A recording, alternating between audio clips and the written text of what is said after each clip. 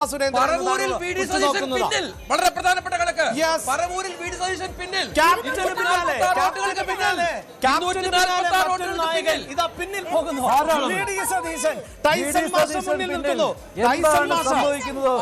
പറവൂരിൽ എന്താണ് സംഭവിക്കുന്നത്? സതീശൻ പിന്നിൽ 247 വോട്ടുകൾക്ക് പറവൂരിൽ സതീശൻ പിന്നിൽ.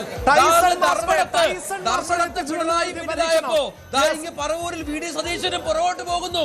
വലിയ വിചിത്രമായ കാഴ്ചകൾക്ക് കൂടി ഈ തർക്കങ്ങൾ തുടരുന്നതിനിടെ ഇതാ ഒരു ഘട്ടത്തിലെങ്കിലും ഇപ്പോൾ ഇതാ വി ഡി സതീശൻ പിന്നിലേക്ക് പോകുന്നു എന്നത് കോൺഗ്രസിലെ മുഖ്യമന്ത്രി മോഹികൾ ആശ്വസിക്കുന്ന ഒരു നിമിഷം, പക്ഷേ UDF-ന്റെ അണികൾ ആഗ്രഹിക്കാത്ത ഒരു നിമിഷം. അവിടെ വി ഡി സതീശൻ പിന്നിൽ നിൽക്കുന്നു എന്നുള്ളതാണ്.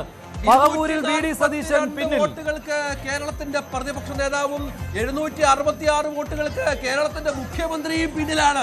കേരളം UDF തൂത്തുവാരുമ്പോഴാണ് ഇത്തരത്തിൽ പ്രതിപക്ഷ നേതാവ് വി ഡി സതീശൻ പിന്നിൽ. 1996 കേരളത്തിൽ ആവർത്തിക്കുമോ? അന്ന് VS തോറ്റു, LDF ജയിച്ചു, അതുപോലെ ആകുമോ കാര്യങ്ങൾ എന്നുള്ളതാണ്. വി ഡി സതീശൻ പിന്നിൽ. ഈ സമയത്ത് തന്നെ കൊടുക്കണം ഹരിപ്പാട് രമേശ് ചെന്നിത്തല ലീഡ് ഉയർത്തുന്നു. 5000-ന് മുകളിൽ രമേശ് ചെന്നിത്തല ലീഡ് ചെയ്യുന്നു ഹരിപ്പാട്. രാഷ്ട്രീയ കൗതുകത്തിലൂടെയാണ് കേരളം കടന്നു പോകുന്നത്. പിണറായി വിജയൻ പിന്നിട്ട് നിൽക്കുന്നു 700 വോട്ടുകൾക്ക്. അതേസമയം വി ഡി സതീശൻ, കേരളത്തിന്റെ അടുത്ത മുഖ്യമന്ത്രിക്ക് വേണ്ടി ഏറ്റവും അധികം ചർച്ച ചെയ്യപ്പെടുന്ന വി ഡി സതീശൻ പിന്നിൽ നിൽക്കുന്നു. അതേസമയം രമേശ് ചെന്നിത്തല 5000 വോട്ടുകൾക്ക് മുന്നിൽ നിൽക്കുന്നു. ലീഡ് തുടരുകയാണ്. 2 റൗണ്ടുകൾ കഴിഞ്ഞു എന്ന വിവരം വരുന്നു. അപ്പോഴും കൗതുകകരമായ ഈ രാഷ്ട്രീയ കാഴ്ചകളിലേക്ക് ഒരിക്കൽ കൂടി പോകണം. ധർമ്മടത്ത് പിണറായി പിന്നിൽ 747 വോട്ടുകൾക്ക്. പറവൂരിൽ വി ഡി സതീശൻ പിന്നിൽ പോകുന്നു. പരവൂരിൽ പിന്നിൽ, പേരാവൂരിൽ കെ ശൈലജ മുന്നിൽ പോകുന്നു. വി ഡി സതീശൻ പറവൂരിൽ പുറകിൽ പോകുന്നു. രമേശ് ചെന്നിത്തല ഹരിപ്പാട്ട് മുന്നിൽ വരുന്നു.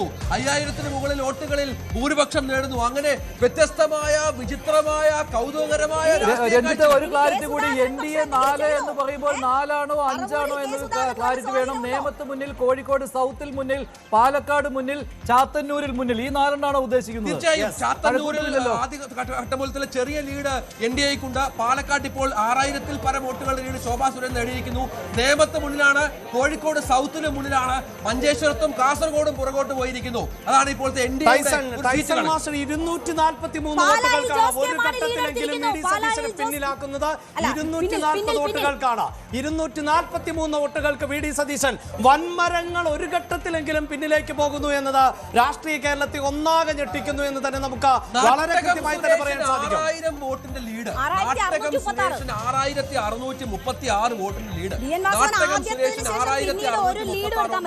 വാസ്തവൻ തോൽക്കുന്നു. ശബരിമല പ്രതിഫലിക്കുന്നു. കോട്ടയത്തെ ചെങ്കോട്ട എന്ന് വിശേഷിപ്പിച്ചത് ആ മണ്ഡലത്തെ ആയിരുന്നു. പ്രത്യേകിച്ച് VN വാസവനിലൂടെയായിരുന്നു അങ്ങനെ കോട്ടയത്തെ ചുവപ്പിക്കാൻ സാധിച്ചതെങ്കിൽ ഇത്തവണ അത് തിരിച്ചു പിടിക്കുന്നു എന്നതാണ് രാഷ്ട്രീയം കാണുന്നത്, രാഷ്ട്രീയ കേരളം കാണുന്നത്. AKM അഷ്റഫ് ലീഡ് ഉയർത്തുന്നു. 2452 വോട്ടായി ലീഡ് ഉയർത്തിയിരിക്കുന്നു.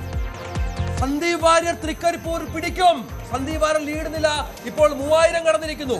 സന്ദീപ് വാര്യർ തൃക്കരിപ്പൂർ ഇടതിന്റെ കോട്ട പിടിക്കും. സന്ദീപ് വാര്യർ കോൺഗ്രസിലേക്കുള്ള സന്ദീപിന്റെ വരവ് വെറുതെ ആയില്ല.